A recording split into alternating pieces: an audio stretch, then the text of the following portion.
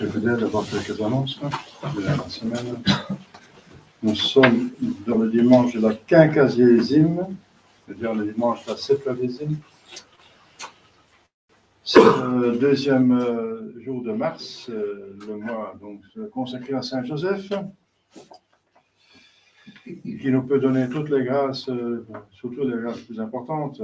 Bien sûr, il va passer par Jésus et par la Sainte Vierge Marie, mais quand même, il est très très puissant. Donc prions, nous demandons-lui tout ce que nous avons besoin. Donc l'Église invite à prier, j'en ai parlé dimanche dernier, des prières supplémentaires, si possible devant ces sacrements, pour ceux qui habitent pas très loin, pendant 40 heures, même jour et nuit, si c'est une grande paroisse ou une grande communauté religieuse, on peut se réveiller. Si ni on n'est pas nombreux, donc si les gens viennent, tant mieux, prenez contact et je suis disponible. L'Église demande de prier pour réparation des péchés commis au cours de carnaval et des péchés publics. Parce que c'est une coutume païenne, n'est-ce pas, qui est entrée dans les coutumes de plusieurs peuples. Il y a un abus, il y a un excès. Et ça tourne au péché, même des péchés graves, malheureusement. Demain, donc, il y aura donc à partir de demain des jours fériés, parce qu'à partir des mercredis de cendre, les jours des fériés sont de troisième classe. Donc, elles ne supportent plus des fêtes, c'est ça. Donc, le temporal le prend sur le central, ça veut dire le temps de Jésus. Le carême, c'est le temps de Jésus, c'est la préparation à prend le dessus sur le fait des saints. Donc, le central, donc il y a le sanctoral, comme vous savez, dans votre missel, c'est la moitié du missel et l'autre moitié, c'est la sanctoral. Donc, il y a une concurrence entre les deux et une priorité. Donc, le carême a priorité sur les fêtes des saints. Mais ça veut pas dire qu'on ne peut pas vénérer ça. On vénère les saints, hein, donc quand même. Voilà. Donc, il faut se concentrer maintenant sur le carême. Alors, le carême, donc, demain, c'est la férie. Mardi, c'est encore la dernière fête avant, de troisième classe avant le début du carême qui commence le mercredi de décembre. Donc, mardi, c'est Saint Casimir, confesseur, et mémoire de Saint Lucius, pape et martyr. Saint Casimir, c'est un roi de Lituanie-Pologne. Et voilà, il m'a fait beaucoup de bien quand j'étais en Lituanie. Il y a même un petit miracle. J'ai pris une photo de son sanctuaire. C'était une chapelle latérale. Et sur la photo, parce que je voulais avoir une photo de son image, c'était une grande image au-dessus de ses reliques. Et sur la photo, il y avait des petits cœurs qui s'installaient, des petits cœurs enflammés, et qui sortaient de la lampe du sanctuaire et qui allaient jusque devant la poitrine du crucifix. Et voilà, c'est toute une explication que je vais faire une autre fois, mais ces gens en avaient besoin là pour montrer que la messe tridentine est importante et qu'on venait dire la vérité. Donc, les gens ont toujours besoin de quelques signes pour croire. Ça les fait croire plus facilement s'il y a des miracles. Enfin, les miracles, c'est inexplicable. Donc, il y a même, j'ai envoyé la photo vers les bienfaiteurs. Il y a quelqu'un qui l'a fait faire analyser par un spécialiste de l'IBM. Il a dit oui, cette photo n'est pas truquée. Bien sûr, je ne l'ai pas truquée. Je ne suis pas un manipulateur. Donc, voilà, donc Saint Casimir, il a été très généreux, n'est-ce pas? Alors, mercredi des cendres, donc mercredi c'est des cendres, j'attends l'arrivée du serveur de messe, donc ça peut être à 7h30, 8h que j'envoie des invitations pour suivre, 1 heure en avance, normalement, et donc, qu'est-ce qui se passe? Donc, ce n'est pas une fête d'obligation, enfin, une féerie d'obligation. Mais donc, avant la messe, il y a la bénédiction des cendres, l'imposition des cendres, et ensuite, il y a la messe, donc, tout simplement. Alors, ce qui est obligatoire, c'est le jeûne et l'abstinence. Donc, vous connaissez le jeûne, c'est à partir de 21 ans jusqu'à 60 ans, un seul repas par jour, à satiété, et pour 4 jours de l'année, le mercredi de cendre, le vendredi saint, et 2 vigiles, celle du 7 et du 23 décembre, du 7 décembre et du 23 décembre, donc la vigile de l'Immaculée Conception et l'avant-vigile de Noël. 4 jours de jeûne, selon le dernier pape qui a réglé ça, Pie XII. L'abstinence, le même jour, les 4 jours de jeûne sont aussi les jours d'abstinence, ça veut dire pas de viande et jus de viande, plus tous les vendredis de l'année. En Belgique, les évêques, avec permission du pape, ont encore décrété qu'en Belgique, tous les mercredis de carême, on fait aussi l'abstinence. En France, ce n'est pas obligatoire. Je sais que dans l'IMBC, on en ajoute. On vous fait jeûner les 4 temps, comme avant Pie XII, etc. Mais ouais, peut-être l'évêque peut le faire, hein, donc l'évêque, moi je ne suis pas évêque. Donc je me tiens au minimum obligatoire donné par Pie XII, c'est ce que je viens de dire. Et les évêques avaient la permission d'en ajouter éventuellement. Et je vois dans les catéchismes de Belgique, par exemple, que chaque année, il y avait une autre disposition de conférence, comme on appelle, enfin, de tous les évêques qui se mettaient en d'accord.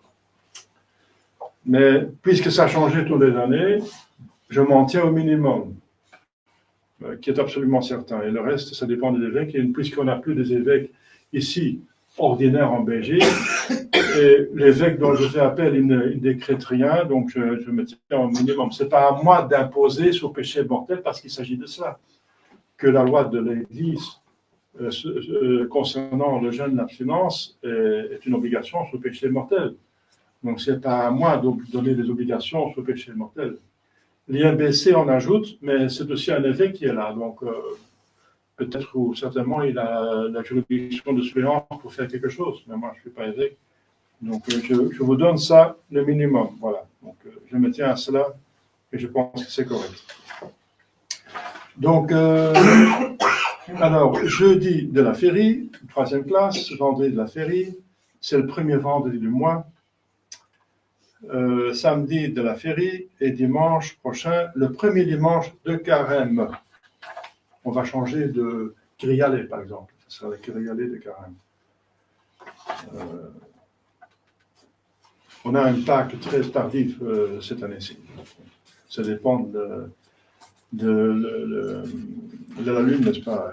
La première lune, après la lune pleine, la nouvelle, dans la lune pleine, après le début du printemps.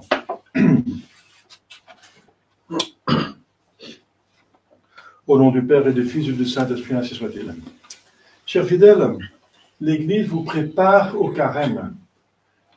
Alors, on a vu le dimanche dernier, il faut travailler, n'est-ce pas, la parole des travailleurs. Ensuite, la semence, il ne faut pas seulement travailler, il faut être ouvert à la grâce. Et maintenant, on montre la source de la grâce, où il faut s'unir à cette grâce. C'est la passion de notre Jésus-Christ qui est source de la grâce. C'est pour ça que dans le rosaire, les mystères douloureux sont les plus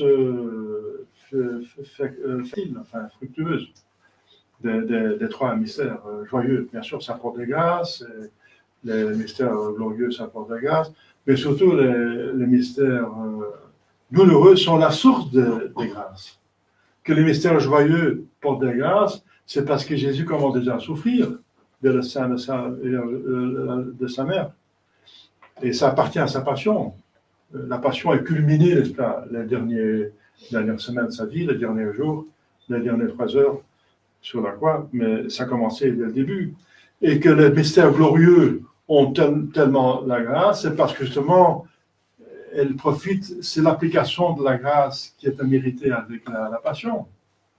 Donc la source, vraiment la source de toute grâce, c'est la croix, c'est la passion de Jésus-Christ.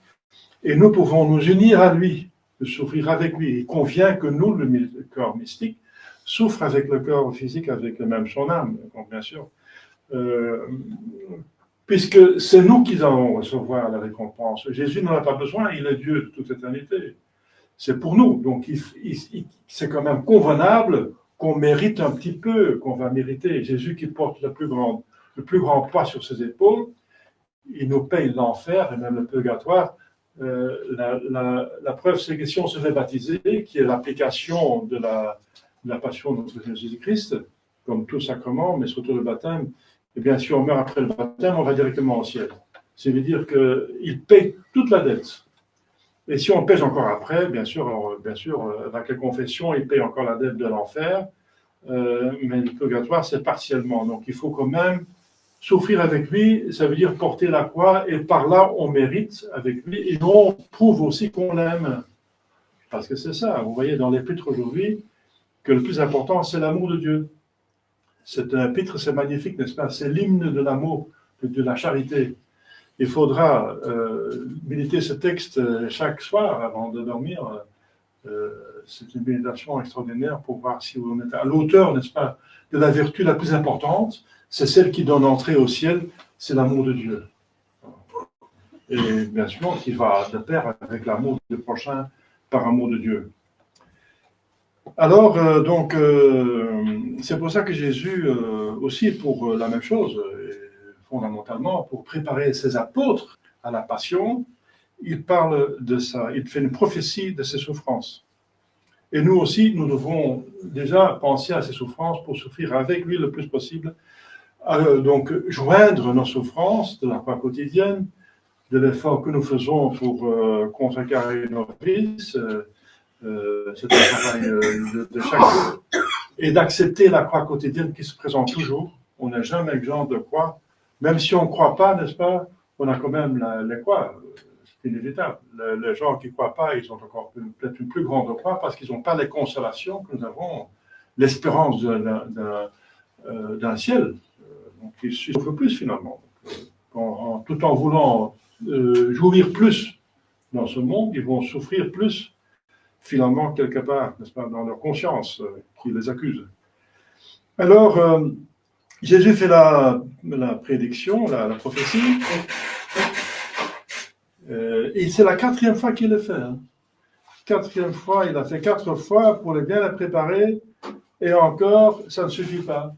Parce que le texte dit, ils ne comprenaient pas ce qu'il disait. Enfin, ils comprenaient les mots, les paroles, mais pas le sens.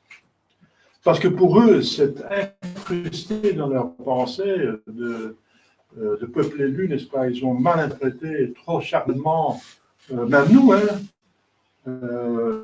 Nous, parfois, on fait la même chose, hein, parce qu'on pense plus à la France et à la Belgique, les flancs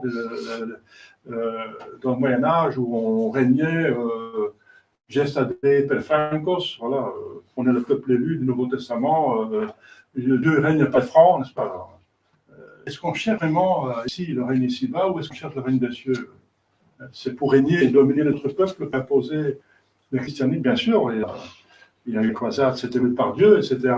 Et les Francs étaient très courageux, mais on a abusé quand même, parce que la preuve qu'on a abusé et qu'on n'a pas fait ce qu'il fallait faire, c'est que, par exemple, Saint Louis, un saint roi, il a perdu, il a été pris captif.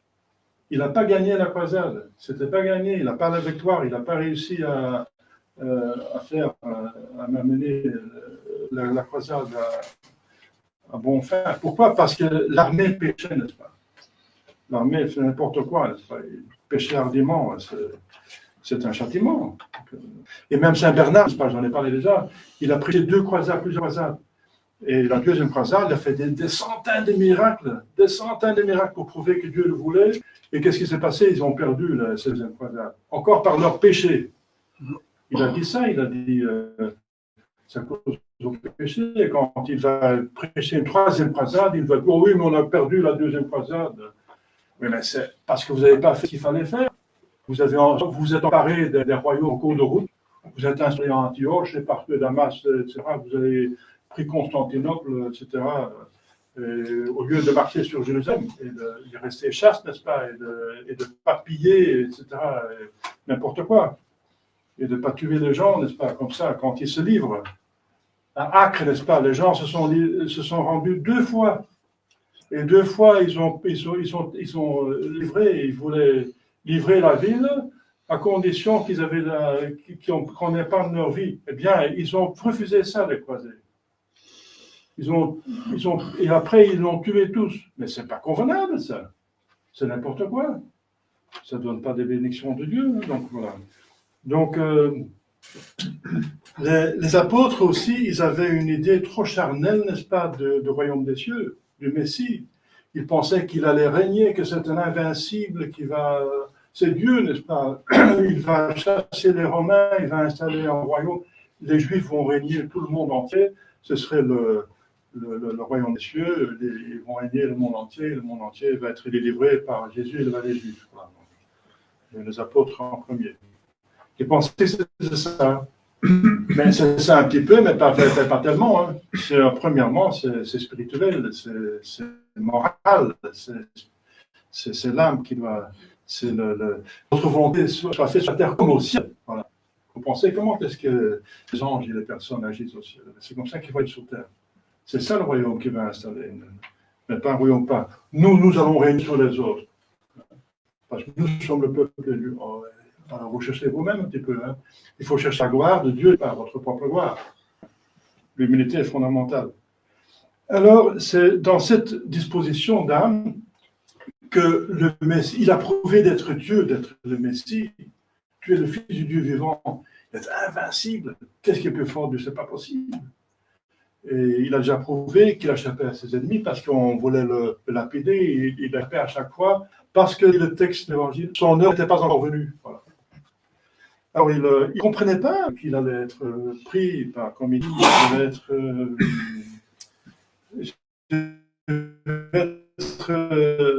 livré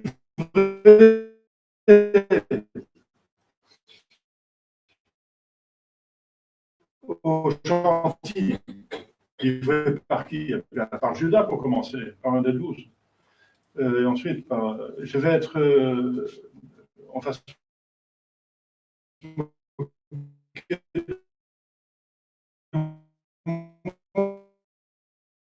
on va me flageller, on va me conspuer,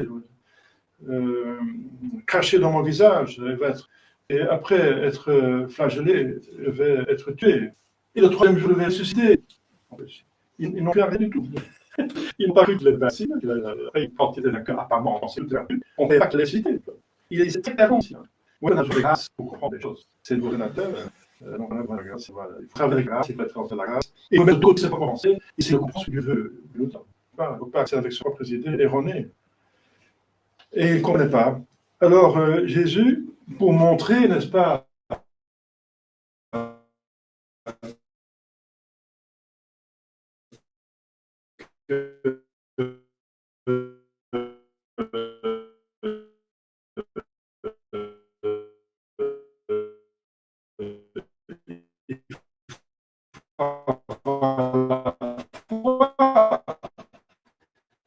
et qu'ils sont aveugles, eh bien la providence veut qu'il y a un aveugle qui se présente, et il crie Jésus, aidez-moi. Il crie l'aide, et Jésus le guérit.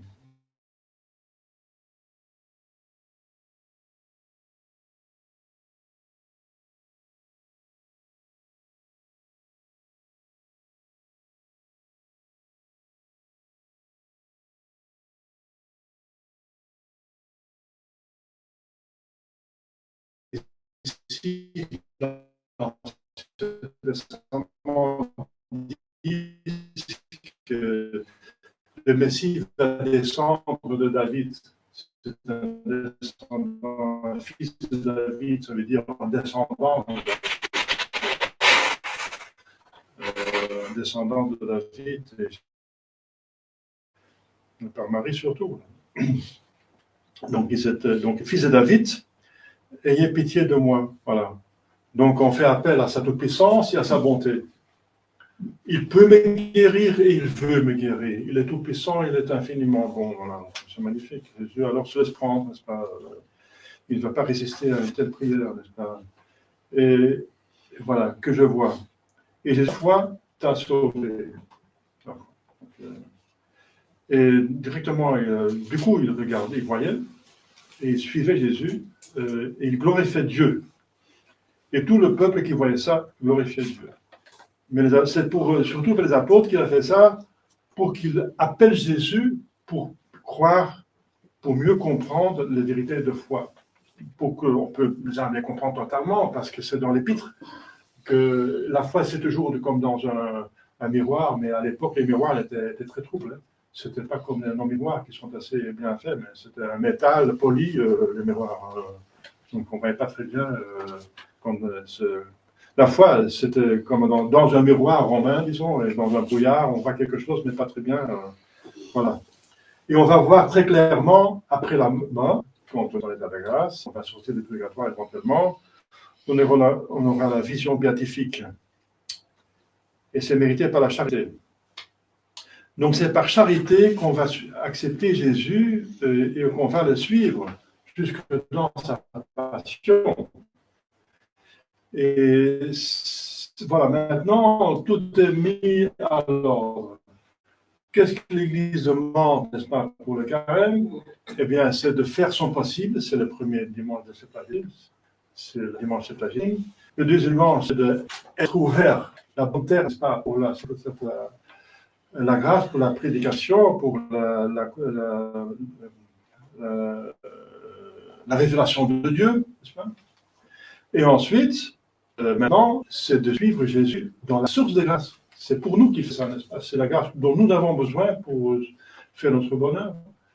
Qu'on s'ouvre à cette source et qu'on va le suivre, qu'on va commencer, c'est le minimum, d'accepter notre croix quotidienne, de faire ce qu'il faut faire, accepter la croix quotidienne, et ensuite de faire quelques pénitences supplémentaires. C'est ça le carême, n'est-ce pas? Donc, faire un effort sur les friandises. Donc, l'Église demande une pénitence corporelle, jeûne et abstinence. Mais c'est un exemple, n'est-ce pas? Il y a beaucoup de bonnes œuvres qu'on peut faire. Hein. Contre la complaisance de l'esprit, il y a des actes d'humilité, d'obéissance, d'humilité. Donc, faites une prière, par exemple, Dieu, donnez-moi une humiliation par jour. Une humiliation dont vous savez que je vais savoir l'accéder, parce qu'on serait ça ne sert à rien. Et vous allez avoir cette humiliation. Une humiliation acceptée, ça fait grandir l'humilité. La seule possibilité pour faire grandir votre humilité, c'est d'accepter des humiliations. C'est le seul moyen. Mais pour accepter des humiliations, il faut bien des humiliations. Donc, demandez des humiliations, et vous êtes heureux, parce que mon Dieu ne demande pas mieux que vous êtes humble, parce que c'est le fondement de la vie spirituelle. Et ensuite, contre la concupiscence de la chair, il y a tout ce qu'il y a pour la chair, c'est pas seulement l'abstinence et le jeûne, mais encore tout ce qui est pénible pour le corps, n'est-ce pas, se mettre un petit peu au froid, c'est l'hiver, sans devenir malade, bien sûr, mais voilà, éviter le luxe, ce qui flatte la chair de toute façon, n'est-ce pas. Il y a mille choses par quoi on peut flatter la chair, enfin, il faut faire le contraire. Poser. Et la conquistance du monde, c'est le raisonnement, n'est-ce pas? Le raisonnement et vivre dans la simplicité, pas dans la luxe, n'est-ce pas? Dans le accepter si on n'est pas très riche, accepter aussi la situation qu'on a peu dans le besoin, c'est la crise économique, par contre, qui peut accepter cela. Et pour l'exemple de la famille sainte, qui est aussi très modeste. Bethléem, c'est certainement dans la fuite en Égypte, certainement, et ensuite à Nazareth. Voilà, chers fidèles. Donc, l'évangile à méditer, et même, comme j'ai dit, un épître à méditer sur l'amour de Dieu, parce que c'est l'amour qui mérite. Partout, par derrière, tous ces efforts de travailler, n'est-ce pas, de s'ouvrir à la grâce et de s'ouvrir aux souffrances de notre Jésus-Christ et de l'imiter. Il y a par derrière qu'il faut le faire par amour de Dieu. Sinon, ça ne me sert à rien, dit saint Paul dans l'Épître. Si je donne mon corps pour être brûlé, c'est le summum de pénitence même. C'est le martyr le plus atroce. On ne peut pas faire plus. Eh bien, si je n'ai pas la charité de Dieu, ça ne me sert à rien. Parce qu'il y a des communistes qui se sont brûlés pour le communisme, ça ne sert à rien.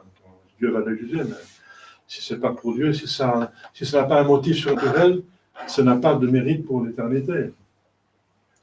Voilà, c'est encore voilà, des instructions pour bien faire un bon carême fertile, n'est-ce pas, avec des abondants. Demandons la Sainte Vierge pour bien, n'est-ce pas, comprendre ce que Dieu veut de nous et de l'accomplir généreusement. Au nom du Père et Fils et Saint-Esprit, ainsi soit-il.